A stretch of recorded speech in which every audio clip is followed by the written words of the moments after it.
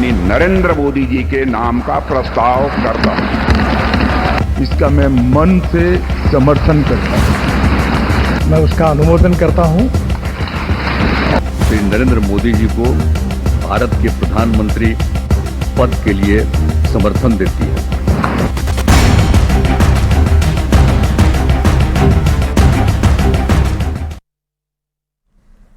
नमस्कार, आप देख रहे हैं न्यूज 18 बिहार झारखंड और मैं हूं आपके साथ लक्ष्मी। देश में नई सरकार बनाने की कवायद तेज हो गई है। राष्ट्रपति ने नरेंद्र मोदी को सरकार बनाने का न्योता भी दे दिया है। नरेंद्र मोदी तीसरी बार प्रधानमंत्री का शपथ लेने वाले हैं। राष्ट्रपति ने 9 जून को शाम में शपथ लेने का समय दिया है। एनडीए के संसदीय दल का नेता चुने जाने के बाद और सरकार बनाने का दावा पेश करने के बाद नरेंद्र मोदी ने राष्ट्रपति द्रौपदी मुर्मू से मुलाकात की।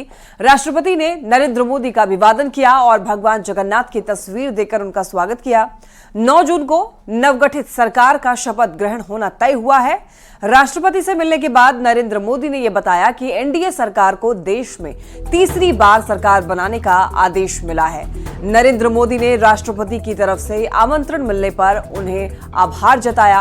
वहीं देशवासियों को संबोधित करते हुए कहा कि मैं देशवासियों को यह विश्वास दिलाता हूं कि 18वीं लोकसभा के 5 साल के कार्यकाल में भी हम उसी गति और समर्पण भाव के साथ देश के आकांक्षाओं को पूर्ण करने में कोई कसर नहीं छोड़ेंगे।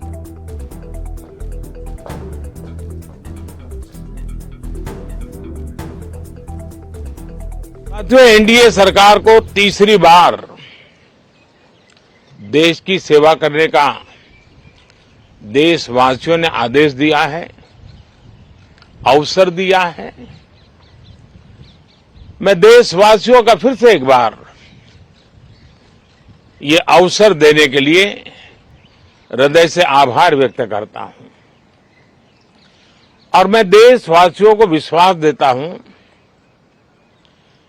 कि पिछले 2 टर्म में जिस गति से देश आगे बढ़ा है, समाज के हर क्षेत्र में परिवर्तन साफ साफ नजर आ रहा है। 25 करोड़ लोगों का गरीबी से बाहर आना, ये अपने आप में हर भारतीय के लिए बड़ा गर्व का विषय है और मैं देशवासियों को विश्वास दिलाता हूं कि 18वीं लोकसभा में भी, हमारे 5 साल के कार्यकाल में भी हम उसी गति के साथ, उतने ही समर्पण भाव से देश की आशा आकांक्षाओं को पूर्ण करने में कोई कमी नहीं रखेंगे। एनडीए के सभी नेताओं ने राष्ट्रपति द्रौपदी मुर्मू से मुलाकात की और अपना समर्थन पत्र सौंपा। संसद के पुराने भवन के सेंट्रल हॉल में हुए एनडीए सांसदों की बैठक में नरेंद्र मोदी को एनडीए संसदीय दल का नेता चुन लिया गया, जिसके बाद एनडीए के सभी नेता राष्ट्रपति भवन पहुंचे और राष्ट्रपति को अपना समर्थन पत्र दिया।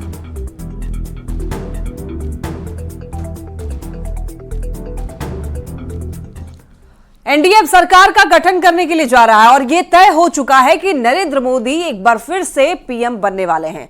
राष्ट्रपति की तरफ से नरेंद्र मोदी को आमंत्रण भी मिल चुका है। एनडीए के संसदीय दल का नेता चुने जाने के बाद और सरकार बनाने का दावा पेश करने के बाद बीजेपी नेता नरेंद्र मोदी ने राष्ट्रपति द्रौपदी मुर्मू से मुलाकात की। एक तरफ जहां पीएम मोदी राष्ट्रपति से मिल रहे थे, तो वहीं दूसरी तरफ बीजेपी अध्यक्ष जेपी नड्डा अपने आवास पर एनडीए नेताओं से एक एक करके मुलाकात कर रहे थे। बीजेपी अध्यक्ष ने एनडीए में शामिल सभी दलों के नेताओं से सरकार के प्रारूप की चर्चा की और खबर है कि सभी नेताओं से मंत्रिमंडल पर चर्चा की गई है।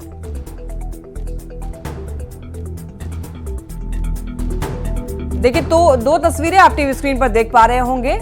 एक तस्वीर में आप देखिए, ये तस्वीर है जब बता दें आपको कि नरेंद्र मोदी को न्योता मिला है सरकार बनाने का। और देखिए दूसरी तस्वीर, जेपी नड्डा के आवास पर एनडीए की जब बैठक हो रही थी, एक तरफ जब राष्ट्रपति भवन पहुंचे थे प्रधानमंत्री नरेंद्र मोदी, दूसरी तरफ देखिए तब की तस्वीर है जब जेपी नड्डा के आवास पर एक एक करके सांसदों से बातचीत की जा रही थी, मुलाकात की जा रही थी। और साथ ही साथ बता दें आपको कि मंत्रालयों के बंटवारे पर चर्चा हुई है, जो सूत्र हमारे बता रहे हैं।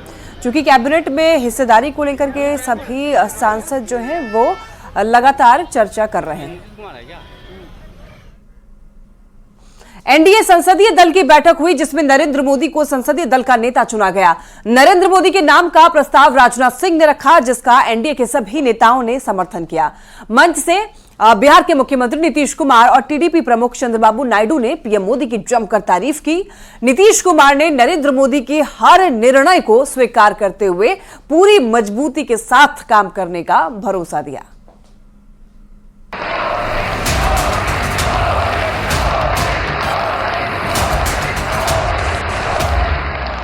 ढोल, नगाड़ा, जश्न का माहौल। तस्वीरें देश की नई संसद के ठीक सामने की उस वक्त की है जब एनडीए की संयुक्त बैठक सदन के भीतर सेंट्रल हॉल में चल रही थी।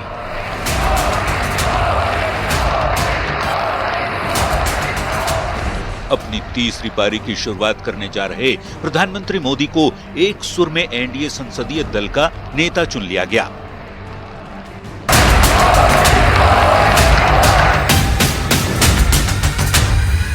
एनडीए के संसदीय दल के नेता व लोकसभा के नेता के रूप में माननीय नरेंद्र मोदी जी के नाम का प्रस्ताव करता हूं। इसका मैं मन से समर्थन करता हूं। भारत की जनता को सर आप पर पूरा विश्वास है। लोग इनके साथ रहेंगे और एक साथ होकर के जो कुछ भी करेंगे इनकी बात को मानते हुए हम लोग आगे चलेंगे। मैं आज देशवासियों को यहां से विश्वास दिलाना चाहता हूं कि आपने जिस प्रकार से हमें बहुमत देकर के सरकार चलाने का सौभाग्य दिया है, ये हम सबका दायित्व है। देश को आगे ले जाने के लिए हम कोई कोर कसर नहीं छोड़ेंगे।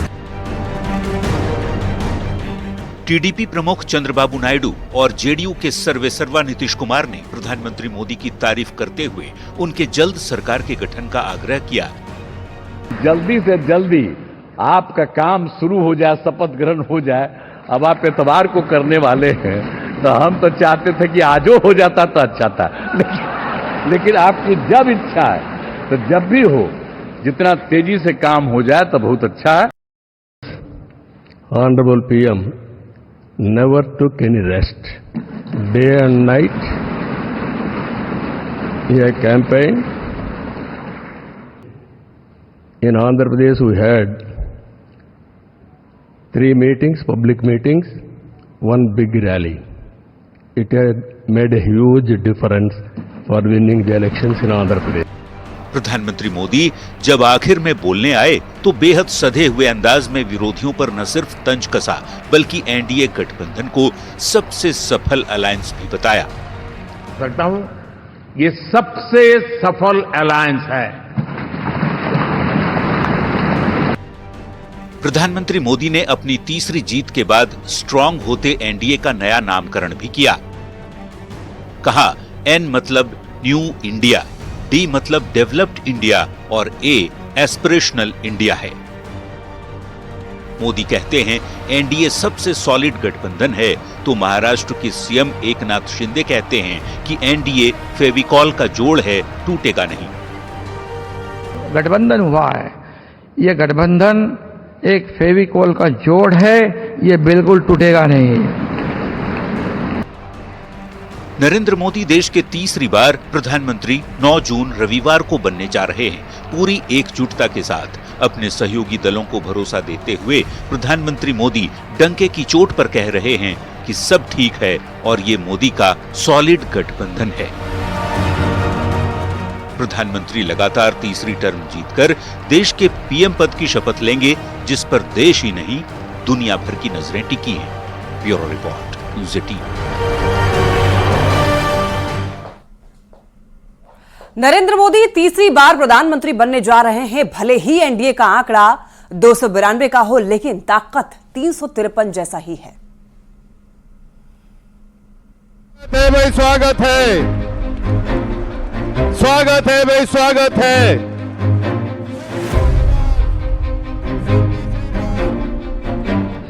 कि न हम हारे थे न हम हारे हैं। वंदे वंदे।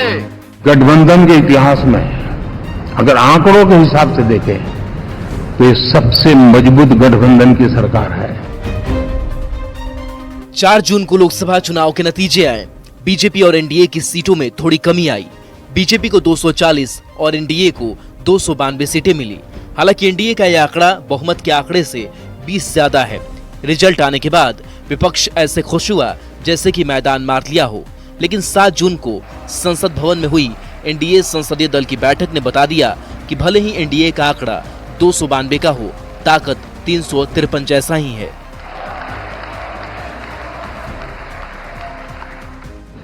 कि न हम हारे थे न हम हारे हैं।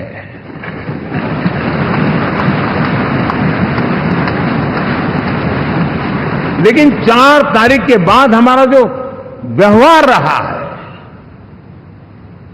वो हमारी वो पहचान बताता है कि हम विजय को पचाना जानते हैं। एक स्वर में एनडीए के तमाम घटक दलों ने मोदी का समर्थन किया। एनडीए नेताओं ने कहा कि वो मोदी के साथ चट्टान की तरह खड़े हैं और एनडीए गठबंधन फेविकॉल के जोड़ की तरह मजबूत है। मोदी जो भी फैसले लेंगे वो उनके साथ है। और हम लोग पूरे तौर पर सब दिन इनके साथ रहेंगे और पूरे तौर पर जो कुछ भी है आज जिस तरह से भी ये करेंगे बहुत अच्छा है। भारत माता की।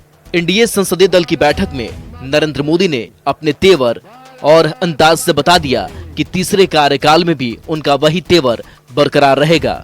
अगर किसी को गलतफहमी हो तो दूर कर ले।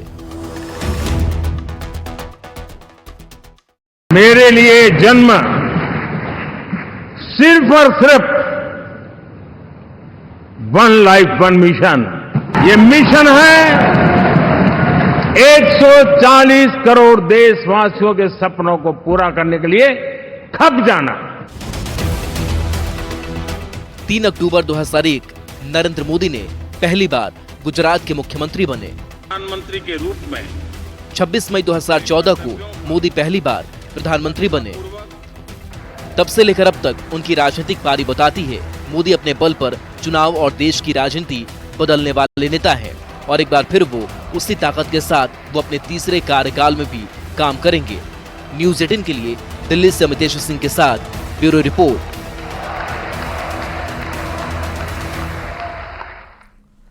तीसरी बार भी पीएम मोदी की अगुवाई में एनडीए सरकार की हैट्रिक लगने जा रही है। पीएम मोदी एक बार फिर से तीसरी बार देश की बागडोर संभालने जा रहे हैं। तो ऐसे में सभी की नजरें मोदी के तीसरे कार्यकाल में संभावित मंत्रियों के नाम को लेकर के भी टिकी हुई है। कैसा होगा मोदी कैबिनेट, कौन होंगे बिहार से सेंट्रल मिनिस्टर के चेहरे, इस रिपोर्ट में देखिए।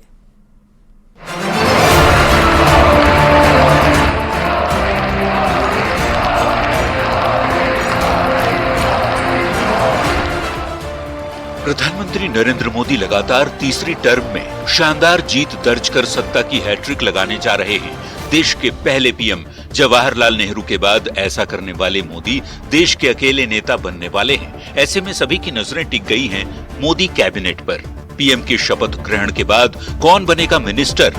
वैसे पिछले 2 टर्म की यदि बात करें तो 2014 में बीजेपी कोटे से कुल 41 मंत्री थे, जिसमें सहयोगी पार्टी के 4 मंत्री बनाए गए थे, जबकि साल 2019 में बीजेपी से 54 मिनिस्टर बनाए गए थे, सहयोगी पार्टी के 4 मंत्री बने थे।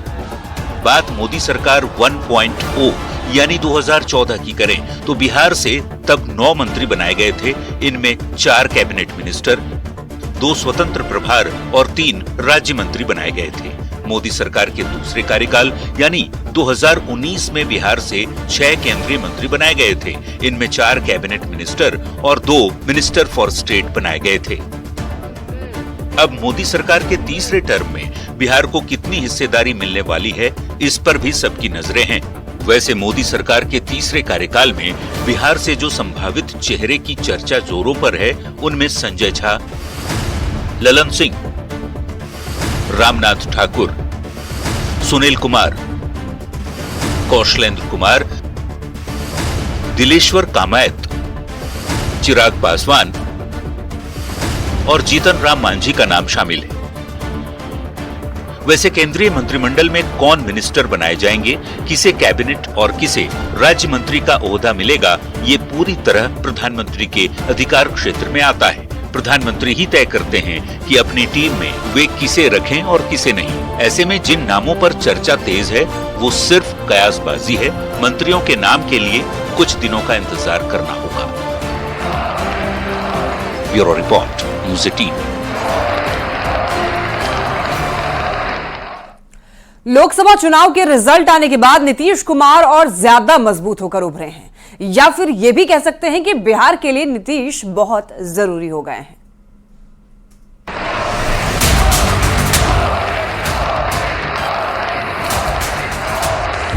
भारत की जनता को सर आप पर पूरा विश्वास है। कुछ दिनों पहले तेजस्वी यादव ने जेडीयू के खत्म होने की भविष्यवाणी की थी। तेजस्वी ने कहा था कि 2024 में ही नीतीश कुमार की पार्टी जेडीयू खत्म हो जाएगी। लेकिन 2024 के लोकसभा चुनाव के नतीजों ने नीतीश को और भी ज्यादा मजबूत बना दिया है। 2025 विधानसभा चुनाव में नेतृत्व नीतीश कुमार का होगा। देखिए, नीतीश कुमार जी 1996 से एनडीए के नेता हैं। इसमें प्रश्न कहां उठा है? जिनको प्रश्न है वो जाने। लोकसभा चुनाव के बाद बीजेपी के प्रदेश अध्यक्ष सम्राट चौधरी 2025 में नीतीश के नेतृत्व में चुनाव लड़ने की बात तो कह ही रहे हैं। कभी नीतीश के खिलाफ सियासी लड़ाई छेड़ने वाले चिराग पासवान ने भी कह दिया कि नीतीश के नेतृत्व में वे लोग विधानसभा का चुनाव लड़ेंगे। सीएम नीतीश के नेतृत्व से उन्हें कोई ऐतराज नहीं है। आज जब वो इस मजबूती से मेरे गठबंधन का जब वो नेतृत्व मेरे प्रदेश में वो कर रहे हैं, तो ऐसे में स्वाभाविक है कि जब विधानसभा के चुनाव होंगे, उन्हीं के नेतृत्व में ही तमाम घटक दल उस चुनाव में जाएंगे। 2005 से बिहार की सत्ता पर काबिज नीतीश कुमार हैं। नीतीश कुमार कभी भी अकेले दम पर सरकार नहीं बना पाए, लेकिन ये भी सही है कि बिना नीतीश के बिहार में कोई सरकार बनती भी नहीं है। अपनी राजनीतिक कौशल और विकास के काम की बदौलत नीतीश कुमार बिहार के लिए बहुत जरूरी हो गए हैं। पटना की सड़कों पर टाइगर जिंदा है स्लोगन के साथ लगे ये पोस्टर इस बात की गवाही भी दे रहे हैं। न्यूज़ 18 के लिए दिल्ली से अमितेश सिंह की रिपोर्ट।